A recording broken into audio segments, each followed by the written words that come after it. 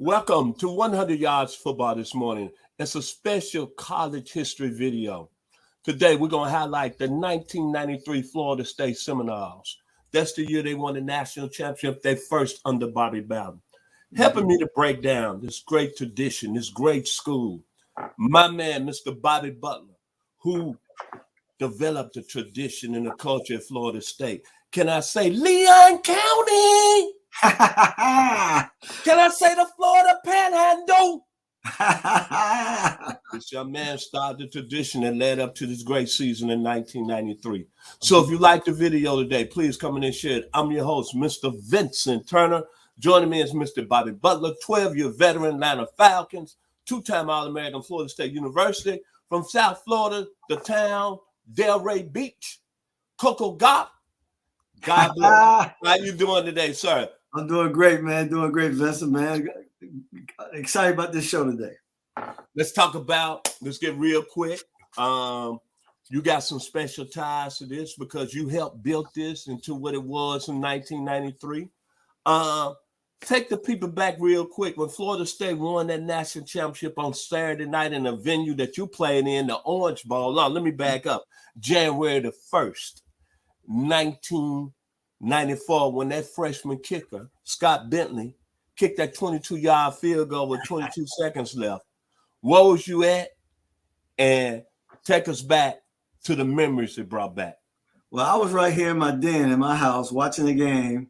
And, you know, the last thing we wanted at Florida State, the Seminoles Nation, the last thing we wanted, Vincent, for it to come down to a field goal kick. Because, you know, we had been wide right and wide left so many Miami games that cost us the national title in the previous years. And I don't know if you remember, at the end of the game, you know, we thought we had won the game. And Coach Bowden and everybody ran on the field kind of celebrating. Yes, sir. And then we had time left on the clock. And I go, oh, no, what can happen, right? But it was a great game in the Orange Bowl. And to win it in the state of Florida was a great thing. You know, the fan base took over the Orange Bowl that night. It was an exciting time in FSU history. Okay, we're going to go through back some moments through that 93 season. First of all, since you played on the defensive side of the ball, I'm going to talk about the defense, the players that year. Derek Alexander, Derek Brooks, Pensacola's finest. Yes. Corey Sawyer, Devin Bush, senior. Senior, that's right. Not junior. That's right. Talk about those guys right there that was so great to them that season, and Cliff Abraham. Well, let me start with Derek Brooks and those guys up front. You know, if you hear my conversation, if you've been watching our show, you know I always talk about the key to success in football, especially from a defensive standpoint, is how you win up front. You know, you got to win with your front seven. And Derek Brooks, of course, he's an NFL Hall of Famer. Forget FSU Hall of Famer. He's an NFL Hall of Famer. He could be, and I say rightfully so, he is the best cover linebacker that ever played in the National Football League, right? This guy, even this year in 1993, he had 2 pick sixes, Vincent, where he picked off 2 balls and took them to the house in this season in 1993. And the thing I love about Derek was such a great leader. All right. And you got a guy up front playing at the level he's playing and leading those guys and talking to them and keep them straight. You can't help but win. But when we talk about the secondary, we just confirmed DBU. Because when you look at the guys that you talk about in the secondary, we're talking about Corey Sawyer, who had an 8-year career in the National Football League, Cincinnati Bengal, you know, great corner from Key West, Florida. And then you had Clifton Abraham, one of Texas' finest. How do we get him out of the state of Texas? I talked to him not long ago, and he told me, he said, man, the vibe in Tallahassee was so strong, I couldn't stay in the state of Texas. He said, I had to hit 10 and go east. And so, so is that a shot at the Texas people that watch us? Is that a shot at them? No, it's just any team that's got it going. You know, you're going to be able to recruit kids from all over the country. That's it. Yes, sir.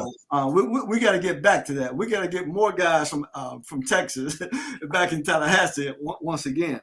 But when you talk about those two corners right there, Clifton Abraham was a consensus All-American that season. And then you talk about Devin Bush, who in the Miami game, he's from Miami. In the Miami game, he had a pick six for about 45 yards that turned that Miami game upside down. So you're talking about those three guys with NFL experience playing that secondary. Hey, man, the defense couldn't get any better than that. I'm going to go, since you mentioned the defense, let's talk about August the 28th that year. Mickey Andrews said that it was the greatest day in his life because he saw the defense come to that level, that 8-play goal line stand against Kansas. And then on September the 18th, 1993, you brought up the legend out of Pensacola, Derrick Brooks, against 13th-ranked North Carolina, that 49-yard pick in that game. That's right. And then September 11th, a week earlier, why y'all was so mean to Clemson? Why y'all pounded them in the group? Why y'all took them to the woodshed? Why did y'all put the spear on them like that? 2 goal line stands and y'all beat Clemson 57-0 that year. Comment on them 3 points I just made, my brother from the Seminole Nation. Well, let me say this, Vincent. It has nothing to do with Clemson other than the fact that just like Clemson in the last decade got it going on, we just had it going on in that time, right? And so we couldn't do wrong. When you have the defensive talent, now I want you to hear this now. When you have defensive talent like the guys that were on that defense, and then when you add one of the greatest coaches of all time to coordinate and coach DBs, Mickey, and if you got guys who can follow that lead. See, you can have great coaches, but if you have knucklehead players that can't follow and can't do what we're teaching them, it don't matter. But they had it going on, and I tell you, man, forget the offensive side right now because we play great offense. But when you play defense the way we played this season, man, you're gonna win a lot of football games. Let's talk about the game now. True story. I was working at FedEx. Had been with them for almost a year. Worked that Saturday. Knew that the hype to this game will be probably the greatest college football game ever played. I'm sorry. Florida State, Notre Dame. And why it made so different on November the 20th that day was before Thanksgiving. I don't usually work a Saturday, and I don't usually work in the morning on Saturday. Right. But the game kicked off, I think Central Standard Time was like about a 1:30 or 2 o'clock kick. Right. And Notre Dame was loaded, man. Jeff Burrows. Oh, yes. Brian Young. Very loaded football team. And then you take Florida State, who had been so dominant. Charlie Wood heading to winning the Heisman. And that game went back and forth, back and forth, back and forth. And what stuck out to my mind was I got off about 4:30, and I didn't go home. I was living with my parents at the time. So I didn't race home. I went down in the food cafeteria. They had that big old 50-some inch projector. Yes. And had a lot of cats down there that was watching the game. And there was a lot of people pulling for Florida State now. Because Notre Dame is not well liked in the city of Memphis. Right. And the thing that stuck out, it was the first broadcast ever of Game Day on ESPN. Your homeboy Lee Corso. Yes, sir. That's right. Herb Street and Chris Fowler. That's right. And that game went back and forth. And Notre Dame ended up winning that game 31-24. Speak on, after that defeat, what went through your mind? Would y'all ever get another chance to win it that year? Or what was just going through your mind? Be honest. Or were you thinking about other times at Florida State when y'all came so close? Well, think about it. I had to believe personally, Vincent, at this time, that the only chance we were going to get was we had to go undefeated and we had to be ranked number 1 or number 2. Now, remember, let's go back to my days at FSU, the 1980 season. the year that Georgia won the national title when Herschel Walker was a freshman. We lost one game that year by 1 point in the Orange Bowl to a 7-4 Miami. Played them 10 times, we'd have beat them 9 out of 10. But we lost that day. But the following week, we go to Nebraska and beat the number 3 team in the nation in Lincoln. And then the following week, the team that replaced them in the number 3 spot was Pittsburgh, the University of Pittsburgh, who had about 16 guys drafted from our class, who had about 40 NFL players on that team because Marino was a sophomore, right? So we brought them to Tallahassee and we beat them half near to death in Tallahassee. And we won out. And so we were ranked number 2 in the nation. Follow me now. We're ranked number 2 in the nation behind Georgia, who was undefeated and not played a top 20 team the whole season. Think about that. And we beat 2 teams that were ranked 3 back-to-back weeks and ended up 10-1 and Georgia 11-0. And we got bypassed for number 6 Notre Dame. And we were number 2 in the country and didn't get a chance to play for the title. So I paint that picture, that scenario first before I answered this question about us. Yes, I thought we had to be undefeated. And I thought when we lost that game that night that it was over, that we weren't going to get an opportunity to play for the title. But you know, Coach Boughton was a man of faith. And I knew it was going to happen for him sooner or later. Because howbeit, even though that Notre Dame game was a great game, I like what Notre Dame do when they get a team like us coming in there. What they do, Vincent, and this is true, right? They let the grass grow long, right? They want to cut that speed down because they know what they get when we go to Notre Dame, right? They grow the grass a little longer, right? They wet it down just a little bit so they can even the playing field. And so they jumped out on us, man. They jumped out on us, had us down. But at the end of the game, Charlie Ward started to bring us back. And he threw a pass at the end of the game. We were down, I think, something like 31 to 17, something like that. And he threw a pass to Kez McCormick, who was a magic man himself. And he caught one at the end of the game and made it 31-24. And then we had the ball again. And then they end up getting an interception. We had a chance to tie it up. But we lost. And, you know, our heads were down. And we're thinking, here we go. We're going to have another year, a great season, 10-1 season, and don't get the opportunity. Well, the next week, Notre Dame go to Boston College. And I think Boston College, if I'm not mistaken, were they ranked in the top 10, 8 or 10, something like that? I think somewhere up there, but not in contention for a national title. They beat Notre Dame.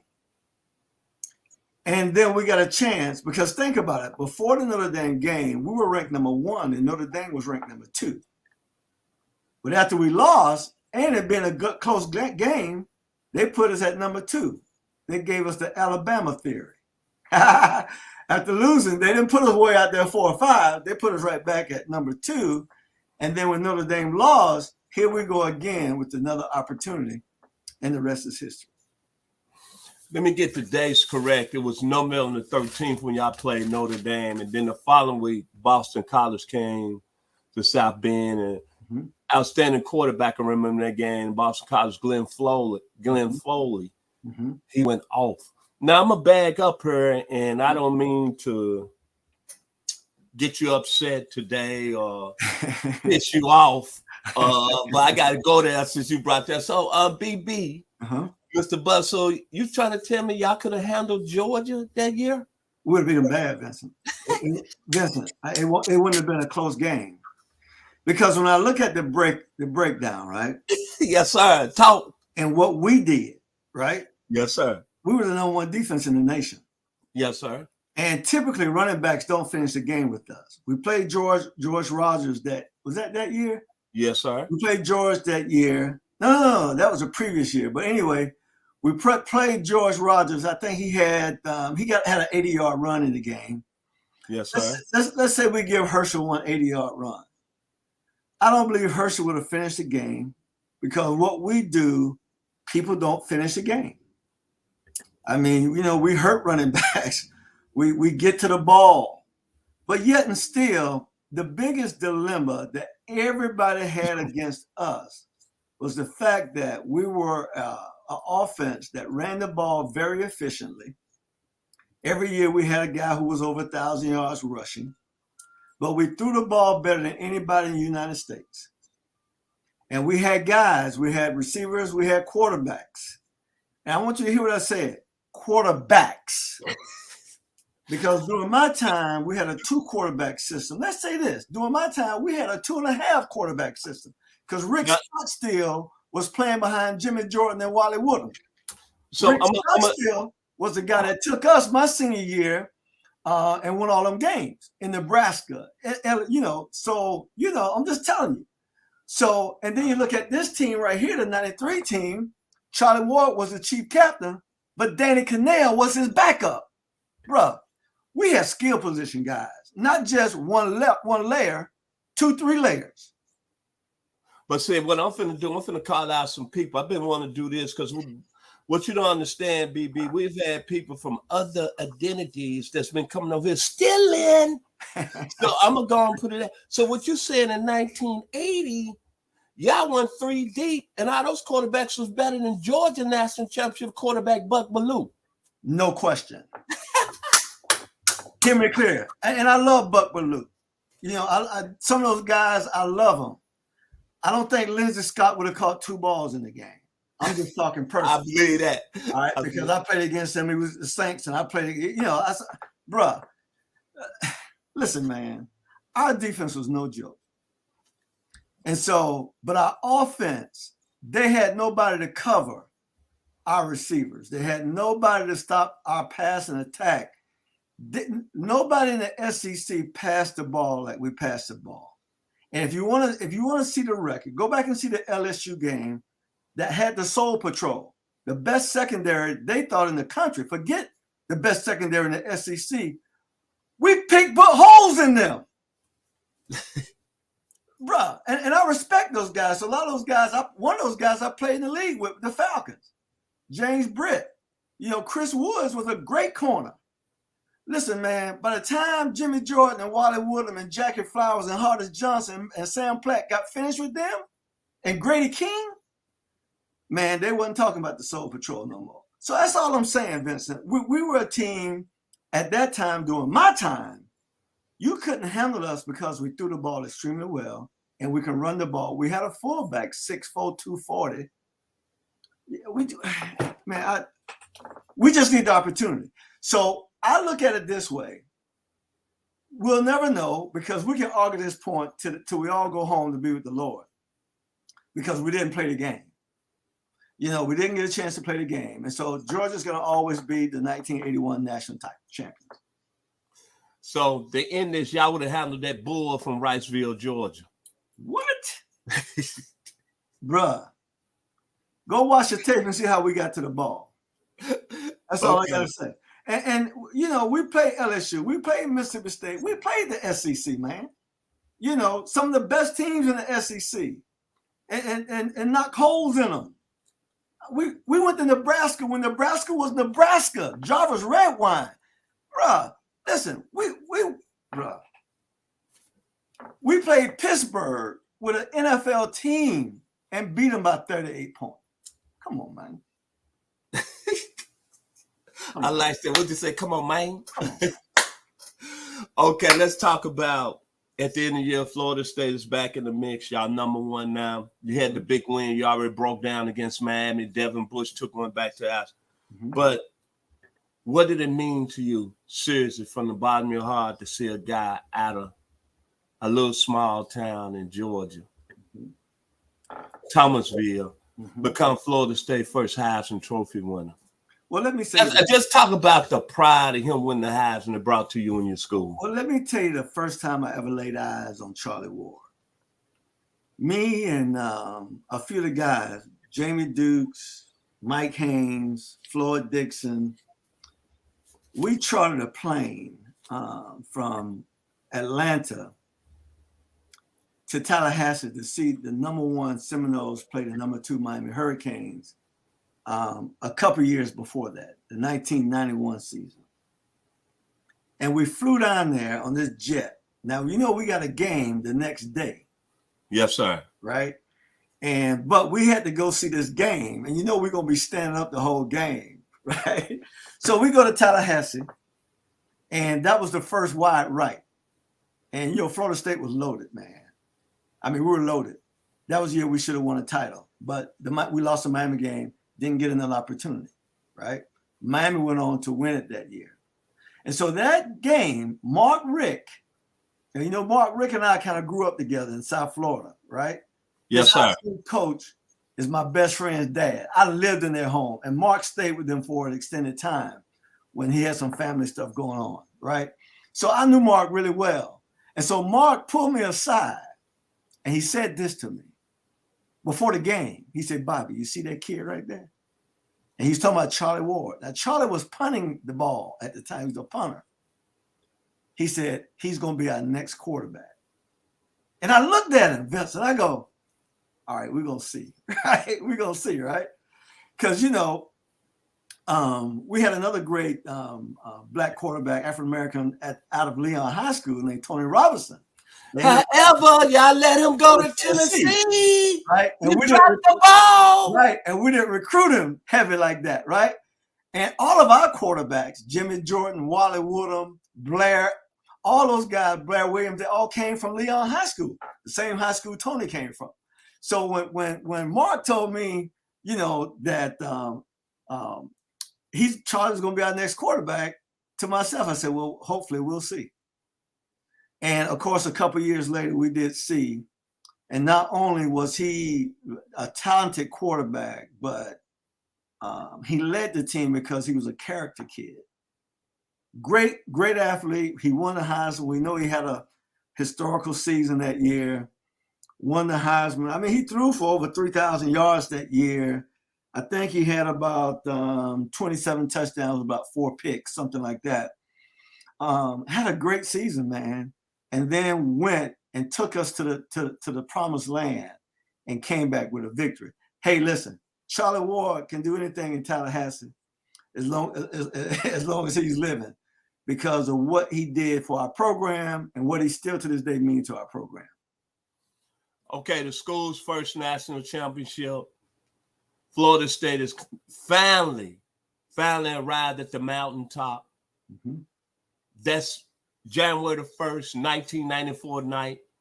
Mm-hmm. Beat a real good Nebraska team. They had a freshman quarterback that ended up being pretty good by the name of Tommy Frazier. Tommy Frazier, that's right.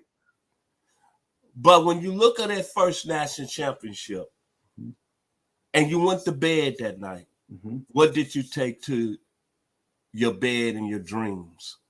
Well, let me say this. It was almost like a relief, because we have been working. We have been that close for so long. Yes, remember, sir. When we talk about my group, we're talking about the early 80s, man. We're talking about 80, 81. This happened in January 1994 when we won the championship, man. So it was a lot of heartache in between those years watching a wide right or wide left. Because to be honest with you, Vincent, had there not been a Miami, we probably won 4 or 5 more national titles during that time. Think about it. Every time Miami won a national title, they did it because they beat us during that year. And I think Miami won about 5 of them. I mean, they never won a national title and didn't have to go through us to win it. So think about that. So whoever would have won that game would have went on and won it. And I'm glad, because it really said a lot about Florida football to have 2 teams in the state. And Florida was sitting over there, and they were coming in and out of the national hunt. And so we had 3 major teams. Finally, in the history of Florida football, in the state of Florida football, we got local talent to stay home and play in front of their home folk. In Miami, in Tallahassee, and in Gainesville. I mean, and all 3 teams recruited people out of Miami, out of Tallahassee, out of Pensacola, because Emmitt Smith drove right past Tallahassee to go to Gainesville. He couldn't go to Gainesville without passing Tallahassee. And to this day, I'm trying to figure out why he went down there. So what you're saying right now is that we've been having a little rivalry going on. I'm gonna go on and put it out there. Over the few months, I've been saying the water in Mississippi has been strong, the water in Texas has been strong, the water in California has been strong. So I hear you talking this morning, Florida State royalty. So are you trying? But man, I finally got somebody BB Bobby Butler this morning. Look at me smiling. Now I'm gonna ask you one more time. Okay. 2 questions here. One more time, y'all would have. Let me get this correct. Y'all would have took the bull from Wrightsville to the woodshed. Stomped up. Buck Bellew would have been average. What was he gonna do? Was he gonna pass the ball? What was he gonna do? I mean, you gotta look at it that way, Vincent. What was he gonna do? Listen now. Our nose guard was faster than their quarterback. What was he going to do? That. I'm telling you, what was he going to do? He didn't have no receivers to throw to. Hey, listen, when you talk about DBU, now I was the only one to play pro ball. But when you talk about Monk Bonasart and Keith Jones, listen, they all should have had NFL trials. They were like that, right? Bruh, I'm just telling you right now, it wasn't possible. I'm trying to figure out what they're going to do. So now what we can do, we can really stack the box and stop the running game.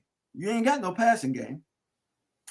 And so finally, to end the video today, it's been great talking about the 1993 Florida State Seminoles. So are you trying to say, because BB, I have this argument all across the country, Georgia, Alabama, Texas. So are you trying to say right now at this present time, the state of Florida is still where the water goes as far as football? Exactly. College and pro. Let me tell you why I say that. And I want everybody to pay close attention to what I'm saying. When you see a guy in Iowa, Wisconsin,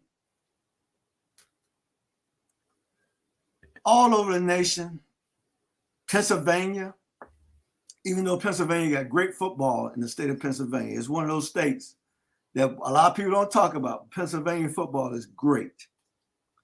But when you see guys toting that tater, running, when you don't normally see guys from that area running the football like that, just find out where they're from. A lot of those guys have to leave the state of Florida now because there's too many of us in the state of Florida.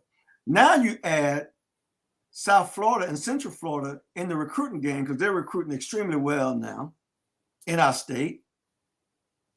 It's just too many of us. Guys have to leave. I mean, we got guys in the state of Florida that go all the way to Southern Cal to play football and become All-Americans out there. That's how it is in the state of Florida. And listen, what's so special about us, Vincent? And I really want to say this because people need to know. I can't say we are no more special than anybody from Mississippi, Alabama, Texas, California. We're not. But here's the advantage that we have. We're outside year-round playing football. When y'all start playing basketball, where I come from in Delray Beach, Christmas Day is 80 to 85 degrees. I'm bare feet. I'm still playing football. I ain't got to go in the gym.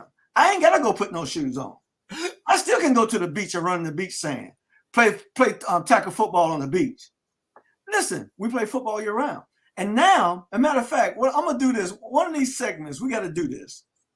One of these segments, I'm going to show you guys from my hometown, 7, 8-year-old playing 7-on-7.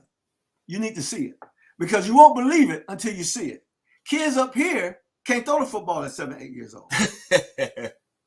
That's all I'm saying. That's what we do, Vincent.